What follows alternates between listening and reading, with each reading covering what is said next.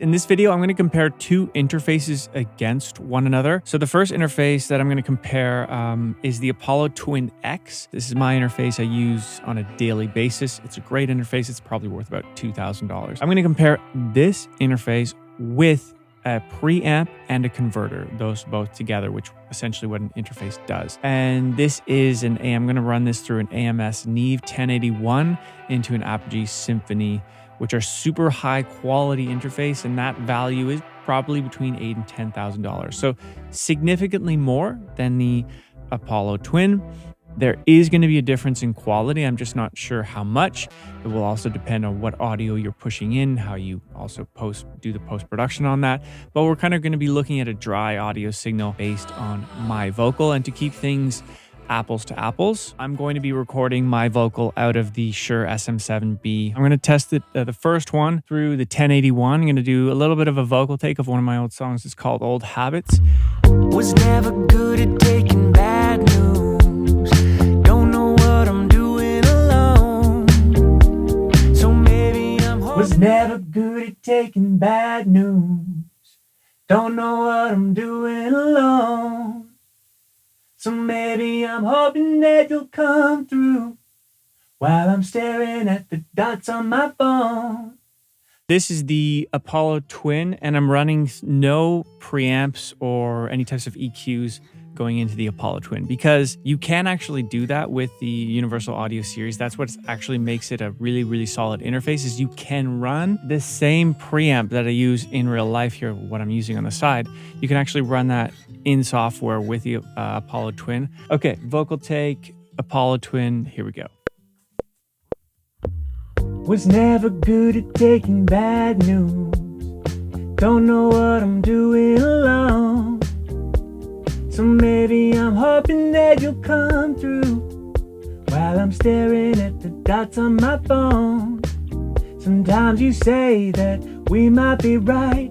Okay, that's it. Let's get these in Logic and let's start getting a comparison. I'm not really sure what to expect, to be honest. I didn't tell you this. I'm actually running it through a Tube Tech compressor too, just doing a little bit of like -2 gain reduction in compression. And you're going to see that actually does make a big difference too. Let's listen to the Apollo Twin first, then get into the Neve. These are just stems. These kind of teal tracks here are just stems to my song Old Habits. They're not mixed, so I'm just going to turn them down in volume.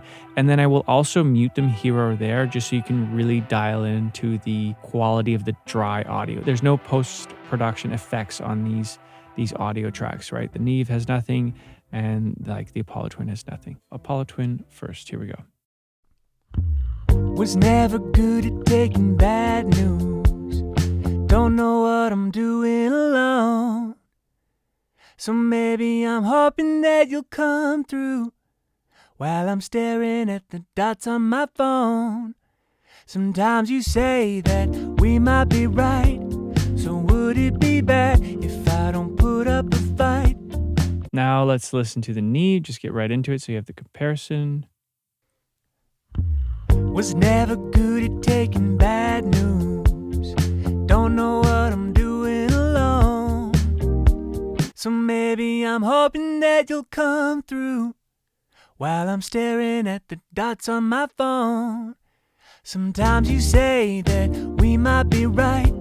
So would it be bad if I don't put up a fight?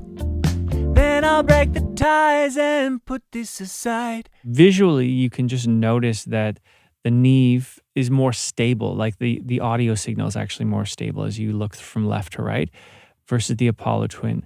And that specifically has to come down to the compression that I use just to stabilize the vocal while it's being recorded. And that's something you can do with the Apollo Twin, like I mentioned. And it's usually a good idea to do on a vocal track so you can stabilize the vocal. Notice in the Apollo Twin tracks here, like little peaks up in this area. If I just zoom in here, peaks like this, the compression in the other one is bringing that down, like here, just cutting the actual vocal signal waveform off. And you notice it over here as well, and in the chorus. So that's the compression. Other than that, you can hear a big difference in just like the presence of the audio. Was never good at taking bad news. Was never good at taking bad news. Considerably different, right? Was never good at taking bad news. Don't know what I'm doing alone. So maybe I'm hoping that you'll come through while I'm staring at the dots on my phone. Definitely, I hear that big difference there in terms of presence and clarity from the vocal, just giving it more power, more sustain. It just sounds a bit more crispy and I don't know, these adjectives that you would use in a situation like that. Quality does kind of matter in a way that having these analog gear or using the software gear with the universal audio or another set of plugins just give you little bits of more edge, presence in the vocal. If I can imagine we paired even a better mic on top of that, it would sound even better. And all these things add up when you have a little bit better gear. But with all that said, and how gear is still important, it really doesn't matter at the end of the day if I just if I just like had a really bad vocal take with this one and the performance was bad, but an awesome vocal take with this one, I would choose the Apollo Twin because it has the better performance, the better vocal. So you still need a really good singer and a good vocal performance to leverage that equipment. Thanks for sticking around for this one, guys, and I'll hope to see you in the next video.